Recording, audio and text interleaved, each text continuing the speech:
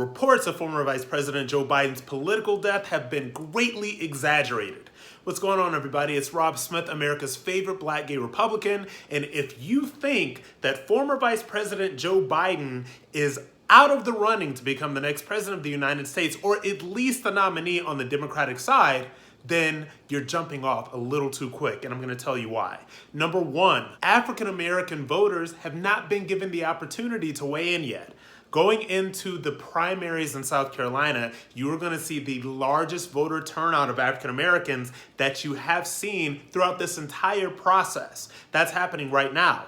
Joe Biden just locked in a key endorsement from Rutt Clyburn in South Carolina, which is a huge endorsement among the South Carolina voting pool, but particularly among the older African American voters that I have long said will take Joe Biden to the Democratic nomination. Secondly, don't underestimate people's desire to go back to the Obama era.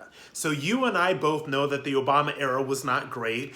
You know that a lot of people lost jobs. A lot of people were not doing well. The economy was in nowhere near the shape that it is right now. But also during the Obama era, we didn't have a mass media and entertainment media and liberal media that were completely consumed with tearing him down like we have in the Trump administration.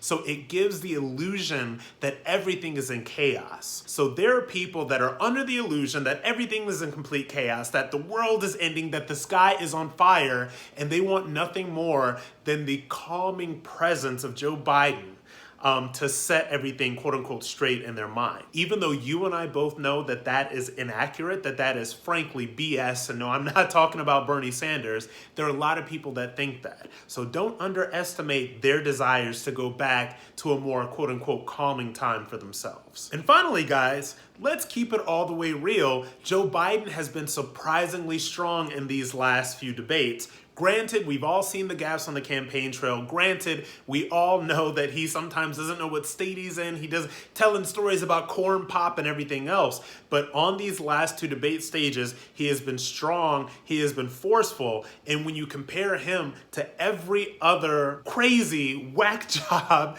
Democratic candidate that is on that stage, he is the one who's been in the rooms with the powerful. He is the one who has actually dealt with these issues from the vice presidency. So that is going to go a long way with a Democrat voting base that is not super keen on the Bernie Sanders of the world, not super keen on the Tom Steyers of the world. I think that there are a lot of people on the Democrat side that are going to be very comfortable with Joe Biden taking the reins and possibly becoming their nominee for the presidency. So you guys that are counting Joe Biden out, don't do that. I know this is sounding a lot like an endorsement or a support. It is none of those things. You guys obviously know where I stand.